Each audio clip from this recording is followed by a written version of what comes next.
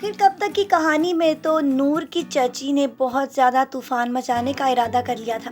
اسی لیے تو فجر کی ساس کو راستے میں مل کر اس نے ساری باتیں بتا دی ہیں اور یہ بھی بتا دیا ہے کہ فجر ان کے بیٹے بیزام کے پیچھے تھی، حتیٰ کہ یہ ساری جھوٹی سچی باتیں نیکسٹ ایپیسوڈ میں بہت زیادہ طوفان برپا کرنے والی ہیں، اور وہ کہانی جو فجر پہلے سے چھپاتی چلی آ رہی ہے اب اس کہانی کے کھلنے کے بھی سین بن چکے ہیں، کیونکہ اس کے بعد تو فجر کے لیے جینا مشکل ہی نہیں بلکہ بہت زیادہ ناممکن ہونے والا ہے، جبکہ دوسری طرف اب نور کے چچا نے بھی طوفان برپا کر رکھا ہے۔ وہ تو یہ بات ثابت کرنے کی کوشش کر رہے ہیں کہ نور ایک بہت ہی زیادہ گھٹیا لڑکی ہے اور وہ لڑکوں کے ساتھ ملتی ہے۔ یہ ساری باتیں اس کے والد کو آ کر بتانے کا مقصد صرف یہی تھا تاکہ وہ نور کو فیکٹری جانے سے روک دیں اور وہ لوگ فیکٹری پر اپنا قبضہ کر لیں۔ یہ باتیں تو ان کی اپنے وہم و گمان میں بھی نہیں کہ نور کتنی زیادہ بہادری کے ساتھ ان لوگوں کی سازشوں کا مقابلہ کر رہی ہے، یہاں تک کہ اس کی والدہ نے بھی اب اس بات کو محسوس کر لیا ہے کہ نور اپنے راستے پر ٹھیک چل رہی ہے۔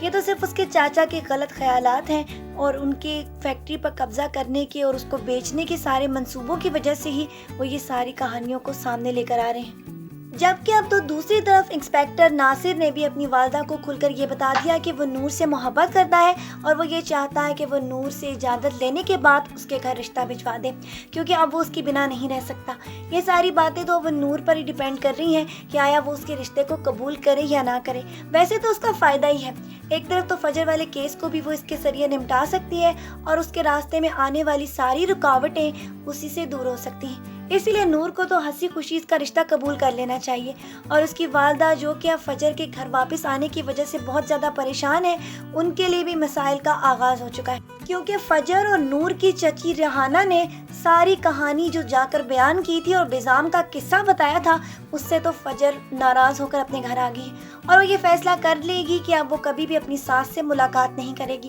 جبکہ نور اور اس کی والدہ اس بات پر بہت زیادہ پریشان ہوں گے کہ وہ تو فجر کو سیٹل کرنے کی کوشش کر رہے تھے، اور اس کے گھر آنے کے بعد تو سارے کے سارے لوگوں کو یہ کہنے کا موقع مل جائے گا کہ فجر کو نفسیاتی مسئلہ ہے۔ اب دیکھنا یہ ہے کہ اس کی والدہ جو کہ آہستہ آہستہ کانفیڈنٹ ہو رہی ہیں، وہ ساری سچویشن کو کس طرح ٹیکل کر کے اپنی دونوں بیٹیوں کو آباد کر رہیں گی۔ آج کے پرومو ریویو ویڈیو کے لیے بس اتنا ہی، اور ان کی بہادری پر تو ان کو سلام پیش کرنا چاہیے، کیونکہ وہ چاہتے ہوئے بھی اپنے ہسبینڈ سے اس طرح بدلے نہیں لے رہی جس طرح کہ انہوں نے ان کی زندگی کو برباد کر رکھا تھا۔